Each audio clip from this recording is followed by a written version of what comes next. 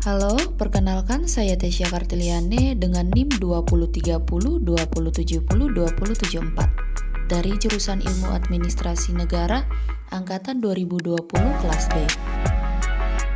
Jadi, fenomena yang akan saya bahas pada video kali ini adalah isu tentang kebijakan kenaikan harga BBM disambut pro dan kontra. Beberapa hari sebelum berakhirnya bulan Agustus 2022, beredar rumor akan naiknya harga BBM bersubsidi. Pemerintah secara resmi telah mengumumkan kenaikan harga BBM mulai dari Pertalite, Pertamax hingga solar, yang katanya dikarenakan oleh peningkatan APBN dan subsidi. Pertalite menjadi Rp10.000, solar Rp6.800, dan Pertamax Rp14.500. Tentunya keputusan pemerintah ini menuai pro dan kontra di berbagai kalangan masyarakat. Kontroversi itu akhirnya membentuk kelompok, yaitu pihak yang mendukung atau pro dan pihak yang menolak dengan keras kebijakan yang ada atau kontra.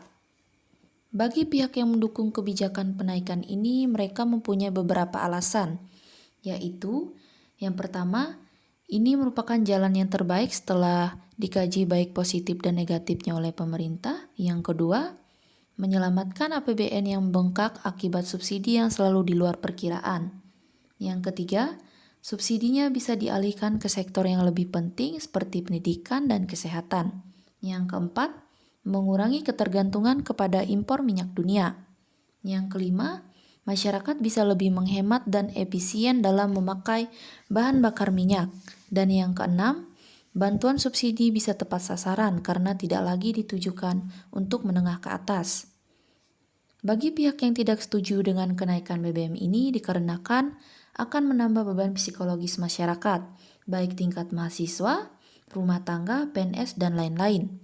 Beberapa alasannya seperti yang pertama, akan mengakibatkan semakin meluasnya masalah kemiskinan. Yang kedua, dapat memicu konflik sosial dalam masyarakat. Yang ketiga, memperparah masalah pengangguran, dan yang keempat akan memicu kenaikan harga lainnya, biaya transportasi dan inflasi. Karena dampak dari kenaikan BBM dapat memicu inflasi. Kenaikan inflasi terjadi karena BBM adalah sektor vital dari berbagai produksi dan transportasi. Kenaikan Rp1.500 diperkirakan pemerintah akan menumbuhkan inflasi sebesar 1,7% dan menurunkan subsidi sebesar 57 triliun. Komponen yang paling terpengaruh dengan adanya kenaikan BBM ini ialah masalah kenaikan harga bahan pangan yang diperlukan dalam segi distribusi dan produksi. Kenaikan sekitar 5-10% membuat harga makanan dan minuman dapat meningkat secara drastis, yaitu sekitar 20-30%. Hal ini mempengaruhi daya beli masyarakat, terutama rakyat kecil yang tidak mempunyai uang untuk membeli bahan pokok utama kehidupan. Selain itu, transportasi juga merupakan sektor penting yang turut terdampak terhadap kenaikan harga BBM ini.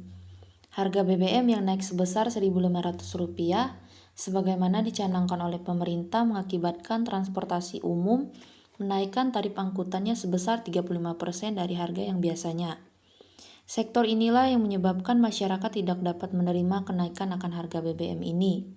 Harga angkutan umum dan harga makanan yang terus melambung tinggi, padahal gaji yang mereka terima selama sebulan tidaklah cukup untuk memenuhi kebutuhan akan bahan pangan dan transportasi mereka sehari-hari. Maka teori yang relevan untuk pembahasan terkait isu kebijakan kenaikan harga BBM disambut pro dan kontra adalah teori yang dikemukakan oleh Adam Smith, bahwa mekanisme pencapaian kemakmuran dapat tercapai melalui kekuatan tangan tak terlihat atau invisible hand, yaitu tanpa adanya campur tangan pemerintah, di mana mekanisme pasar akan menjadi alat alokasi sumber daya yang efisien. Secara garis besar, intervensi pemerintah dapat dipresentasikan melalui kebijakan fiskal, yaitu kombinasi antara pendapatan dan belanja negara berwujud APBN. Melalui pos belanja negara, pemerintah terus memantau. Tantangan terbesar saat ini adalah bagaimana caranya meningkatkan performa ekonomi, karena berdasarkan data BPS, pertumbuhan ekonomi selama 2 triwulan berjalan secara quarter to quarter, menunjukkan angka negatif. Oleh karena itu, kebijakan alokasi anggaran belanja yang terbesar tersebut semata-mata untuk meningkatkan performa konsumsi yang memiliki kontribusi terbesar dalam produk domestik bruto. Maka, apabila mekanisme pasar dibiarkan berjalan seutuhnya, maka resesi merupakan sesuatu yang pasti. Hal itu karena mekanisme pasar lebih cenderung individualis antara produsen, distributor, dan konsumen yang memiliki kepentingan masing-masing yang sulit dijembatani. Melalui fungsi alokasi, distribusi, dan stabilisasi yang melekat pada APBN, diharapkan mampu menciptakan keadilan dan keputusan, serta mengupayakan kestabilan perekonomian. Jadi, di balik kenaikan BBM saat ini, ada peran invisible hand, karena kondisi-kondisi yang sukar dipenuhi, bahkan tidak realistis, sehingga rasionalisasi oleh pemerintah melalui instrumen APBN. Perencanaan, penganggaran, pelaksanaan, dan pertanggungjawaban APBN harus dilaksanakan dengan rasional dan kredibel, agar langkah-langkah yang ditempuh tidak mengubah kegagalan pasar menjadi kegagalan pemerintah.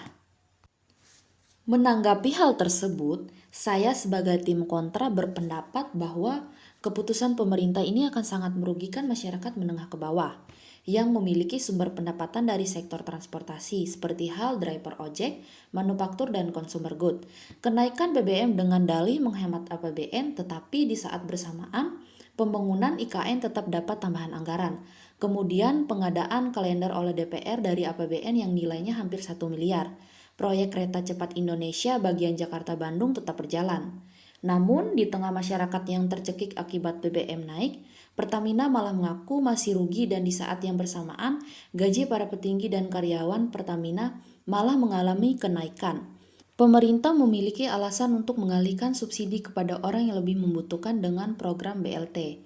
Yang menjadi pertanyaan apakah pemerintah benar-benar dapat memastikan bantuan tersebut akan tepat sasaran? Karena mengingat imbas dari kenaikan BBM ini akan berdampak ke harga bahan pokok makanan yang akan ikut naik juga. Karena biaya logistik untuk pengiriman barang naik dan ongkos produksi pun akan ikut naik.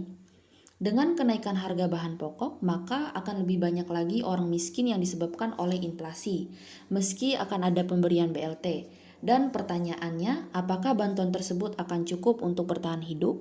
Maka dari itu, hendaknya pemerintah melakukan transparansi terkait dengan keputusan dalam menaikkan harga BBM di tengah kondisi masyarakat pasca pulih dari pandemi COVID-19. Sekian dan terima kasih.